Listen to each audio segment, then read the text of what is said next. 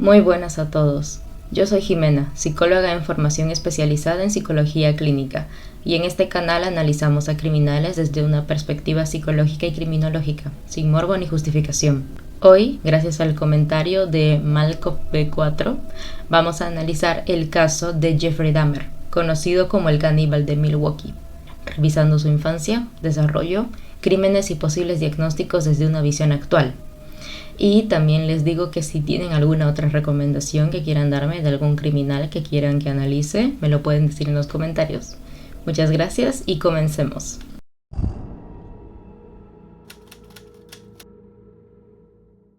Jeffrey Lionel Dahmer nace en Wisconsin el 21 de mayo de 1960. Durante su infancia fue un niño curioso, inteligente y extrovertido, a diferencia de lo que muchos pueden creer. Sentía fascinación por los insectos que guardaba en frascos con formol, y pronto pasó a experimentar con animales más grandes, ardillas, gatos y perros.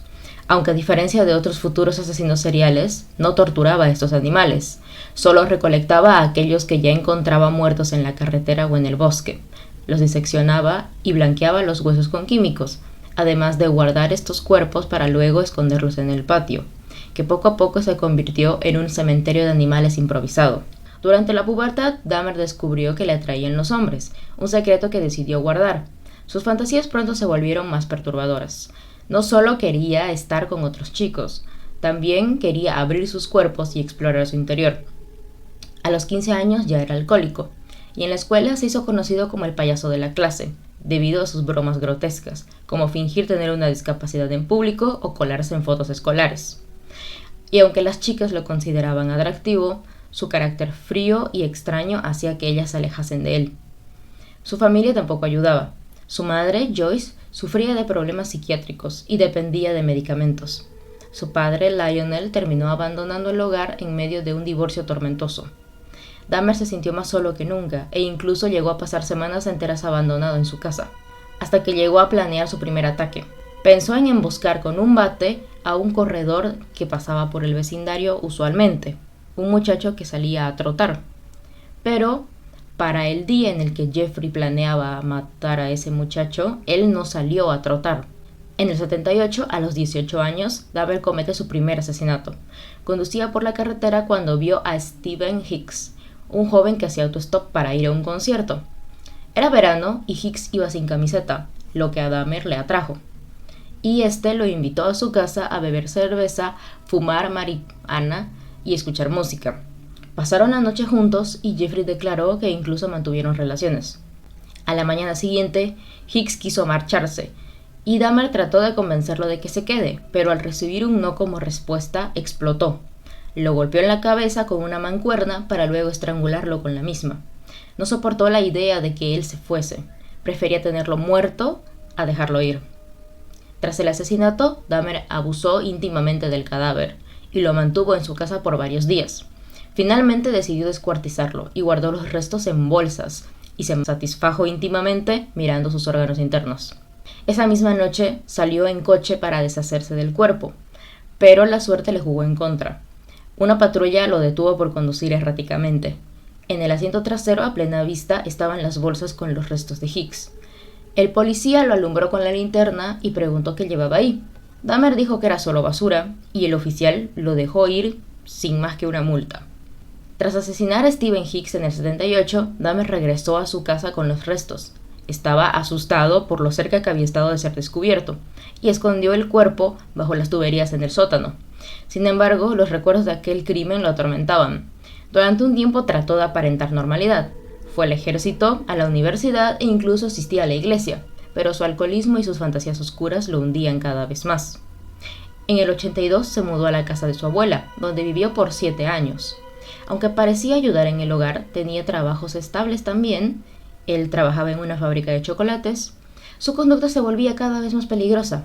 Fue arrestado por exhibicionismo, conducta lasciva y más tarde comenzó a drogar y a abusar de hombres en saunas, hasta que lo descubrieron y le prohibieron la entrada. En el 87 asesinó a Stephen Tuomi en un hotel, aunque aseguraría que no recordaba haberlo hecho. A partir de entonces, trasladaba los cuerpos a la casa de su abuela, los abusaba durante días, los descuartizaba y desechaba en bolsas de basura. Sus siguientes víctimas fueron James Doxtator y Richard Guerrero.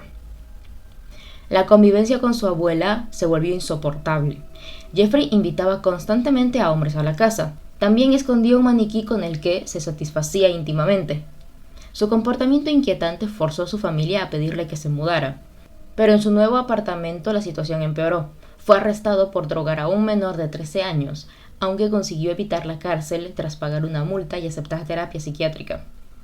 En marzo del 89, incluso antes de recibir su sentencia, asesinó a Anthony Sears, su quinta víctima, con el que inauguró una nueva etapa. A Anthony no solo lo drogó, estranguló y descuartizó, sino que guardó el cráneo, lo pintó, barnizó y lo tuvo para exhibirlo como un objeto decorativo. Ahí fue donde Dahmer empezó a coleccionar trofeos de sus víctimas. Los psicólogos que entrevistaron a Jeffrey lo describieron como un hombre lleno de ira, con serios conflictos respecto a su sexualidad y sin verdadero interés en rehabilitarse del alcoholismo. Advirtieron que era probable que reincidiera si era dejado en libertad. Sin embargo, frente al juez, Jeffrey mostró su capacidad de manipulación. Se declaró arrepentido, le echó la culpa al alcohol, pidió ayuda psicológica y suplicó que le dejen conservar su empleo. El juez se vio conmovido y le otorgó una condena mínima: 5 años en un centro de rehabilitación con permiso para trabajar y tratamiento obligatorio, aunque apenas 10 meses después, gracias a una carta en la que Jeffrey aseguraba que ya había cambiado, fue puesto en libertad. En 1990 se mudó al departamento 213 de los Oxford Apartments. Allí, con total privacidad, perfeccionó sus crímenes y los llevó a extremos mucho más grotescos. Drogaba a sus víctimas, las estrangulaba y luego experimentaba con ellas. Abusaba de los cadáveres y los fotografiaba luego de ponerlos en poses macabras. Hervía las cabezas para guardar los cráneos como trofeos, además de conservar los órganos íntimos de los hombres en frascos con formol. Tenía una colección de ellos en su nevera, de hecho. Incluso llegó a practicar el canibalismo, devorando los músculos de algunas de sus víctimas. Pero la crueldad de Jeffrey no paró ahí. Con un taladro perforó el cráneo de algunos hombres que aún seguían vivos y les inyectaba ácido o agua hirviendo, como en un intento loco de crear zombies sexuales que no se resistiesen y lo satisfajeran de todas las formas que él quisiera, aunque claramente ninguno de ellos sobrevivió a sus intentos. A finales de julio del 91, en Milwaukee, 2 oficiales patrullaban una de las zonas más conflictivas de la ciudad, y allí encontraron a un hombre muy alterado. Era Tracy Edwards, de 32 años. Tenía esposas colgando en su muñeca y les explicó que un hombre extraño lo había retenido en su departamento. Los policías tocan la puerta del departamento, que sí era de Jeffrey, y este los deja entrar sin oponer resistencia. El lugar estaba muy ordenado, aunque con un olor muy fuerte. Uno de los oficiales pidió las llaves de las esposas que Tracy tenía en su mano. Dahmer señaló que estaban en su dormitorio, pero Tracy advirtió que fue allí en donde había sido amenazada con un cuchillo.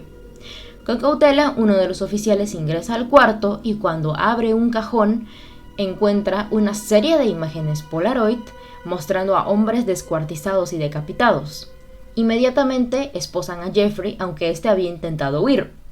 Al revisar con mayor detalle el lugar, los oficiales encontraron el refrigerador en donde estaban su colección de trofeos de partes humanas. El hallazgo desató pánico entre todos los vecinos y un frenesí mediático. En cuestión de horas, el edificio se había llenado de patrullas, bomberos y periodistas. La noticia corrió como la pólvora ante todo el lugar, y Jeffrey fue apodado como el caníbal de Milwaukee. Tras el arresto, los vecinos comenzaron a ser entrevistados, y muchos describieron a Jeffrey como un hombre que era raro y retraído, que caminaba encorvado y con los brazos pegados al cuerpo. Decían que él no era violento ni grosero, que de hecho era un hombre muy educado, pero era reservado, sí, y muy raro. Lo habían visto tirar bolsas de basura a las que se les acercaban un montón de gatos después de que las tiraba, como si hubiera comida adentro, o sea, carne. Los residentes sabían que había un olor que invadía los pasillos y que venía del departamento de Jeffrey.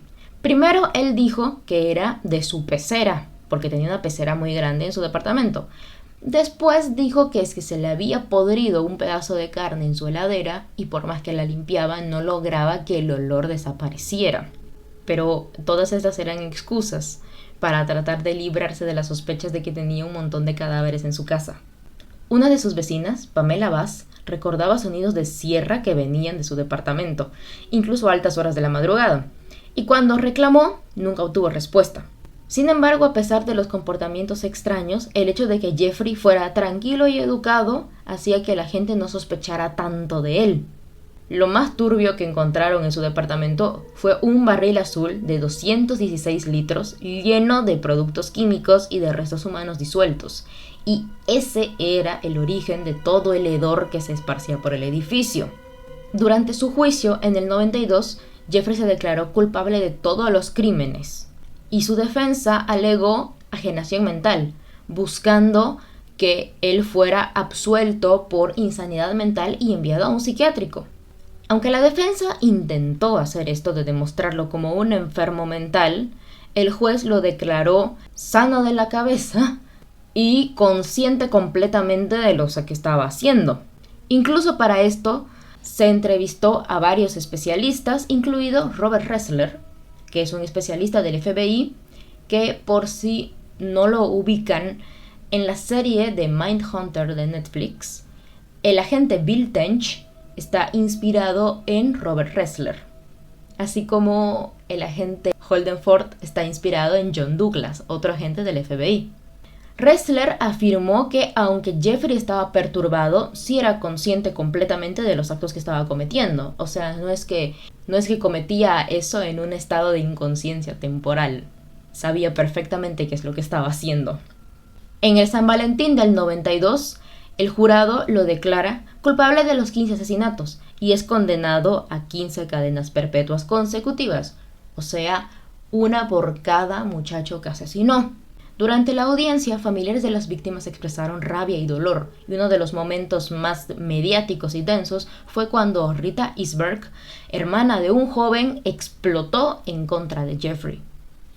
El propio Jeffrey leyó una carta de arrepentimiento, pero tenía un tono monótono y como sin vida, que realmente no convenció a nadie de que lo que decía, que es que estaba arrepentido, realmente lo sintiera, porque su voz no expresaba realmente ningún tipo de emoción de arrepentimiento ni de dolor por lo que había hecho. This has never been a case of trying to get free. I didn't ever want freedom. Frankly, I wanted death for myself. This was a case to tell the world that I did what I did not for reasons of hate. I hated no one. I knew I was sick or evil or both. Now I believe I was sick. Una vez en prisión, Jeffrey pasó gran parte de su tiempo en aislamiento por seguridad, aunque después pidió convivir con los demás internos. En ese tiempo era detestado por su humor macabro y bromeaba con su comida como si fueran restos humanos, además de hacer chistes racistas, ya que todas sus víctimas eran muchachos de color. Sufrió un primer intento de asesinato en el 94, donde fue apuñalado levemente, pero el 28 de noviembre de 1994 finalmente fue asesinado con una mancuerna por Christopher Scarver, quien sufría de esquizofrenia. Jeffrey Dahmer muere a la edad de 34 años, irónicamente de la misma forma en la que él había matado a Stephen Hicks, con una mancuerna. Analizando a Jeffrey podemos ver que desde la adolescencia él ya mostraba su aislamiento social extremo, dificultad para establecer vínculos emocionales y baja autoestima. Fantaseaba mucho con la necrofilia y tenía una hiperfijación muy insana con los cadáveres y con la muerte. A pesar de que Jeffrey tenía un coeficiente intelectual muy alto, de 145, que básicamente lo cataloga en un nivel de genio absoluto, su inteligencia emocional era muy baja, ya que realmente no desarrolló ningún tipo de habilidad de empatía. Ahora, si analizamos a Jeffrey bajo la mirada de las teorías psicológicas que se ven actualmente, vemos que bajo la teoría cognitiva conductual de Aaron Beck, Jeffrey desarrolló distorsiones cognitivas. Creía que poseer físicamente a sus víctimas, mediante el canibalismo o conservando los restos, evitaba que lo abandonaran. Su conducta se reforzaba por la reducción de su ansiedad y soledad cada vez que actuaba. Según el modelo de autoeficacia moral de Albert Bandura, Jeffrey tenía mecanismos de desconexión moral. Justificaba sus actos pensando que las víctimas ya eran suyas desde el momento en el que aceptaban irse a su casa con él, y que la muerte les evitaba sufrimiento. Su capacidad de empatía era completamente nula, lo que le permitió actuar sin ningún tipo de remordimiento. La teoría del delito racional de Cornish y Clark habla de que hay delitos que son premeditados y que esos son los que contienen más maldad. Y vemos que Jeffrey ya tenía la cámara de Polaroid lista, las excusas planeadas, las armas, obviamente tuvo que comprar el ácido, así que todos sus crímenes fueron premeditados y planeados. Así que él no fue una persona que cometió algo como un impulso incontrolable, fue algo fríamente calculado para ser cometido. Según la teoría del desarrollo moral de Lawrence Kohlberg, Dahmer permaneció en un nivel preconvencional de la moralidad. O sea, él actuaba según su beneficio inmediato, sin considerar reglas sociales ni valores universales. Nunca alcanzó un desarrollo moral superior. Su motivación era únicamente su gratificación personal. Y según la teoría de la personalidad antisocial y psicopatía de Robert Hare, vemos que sí, Jeffrey Dahmer presenta evidentes rasgos psicopáticos, como su superficialidad emocional, su falta de empatía, manipulación, el control de sus víctimas y la cosificación de las personas. Vemos que sí, Jeffrey Dahmer era una persona con trastorno antisocial de la personalidad, era psicópata. También tenía parafilias sexuales muy perturbadas y algunos especialistas sugirieron que él podía padecer trastorno esquizoide de la personalidad y también lo catalogaron como una persona autista. El caso de Jeffrey nos demuestra que existen personas que no necesitan haber vivido una infancia terriblemente dolorosa y abusiva para convertirse después en asesinos despiadados. Jeffrey mismo dijo que su infancia no había sido catastrófica y horrible, y dijo que le parecía cobarde justificar acciones con "es que me traumaron toda la vida", porque había criminales que sí lo hacían. Y Jeffrey dijo que eso le parecía cobarde y que él no iba a justificar sus acciones con que había tenido una infancia fea, que de por sí no tuvo una infancia fea, dice, y que lo hizo todo lo que hizo porque quiso. Y eso quiero dejarlo en claro, ya que sé que a raíz de la serie protagonizada por Evan Peters hubo mucha gente que anduvo vanagloriando a Jeffrey. Y ahí les recuerdo, Jeffrey mismo dijo que él hizo todo porque quiso. Asesinó a un montón de gente y arrebató la felicidad a muchísimas familias porque quiso hacerlo. Y eso no es algo que deba ser vanagloriado ni admirado. Ese tipo de conductas deben ser repudiadas y a toda costa evitadas. Si hay sospechas de alguien que conozcas que tenga conductas perturbadas con la muerte y cosas así, sería bueno que les recomendases ir a terapia, porque no queremos que un caso como el de Jeffrey se repita, porque esto es horrible. Hasta aquí el video. Muchas gracias nuevamente a Malkov B4 por haber sugerido este video. De vuelta, si quieren sugerir algún video, lo pueden comentar. Muchísimas gracias por ver. No olviden suscribirse y activar la campanita. Y recuerden, entender no es justificar. Nos vemos luego. Adiós.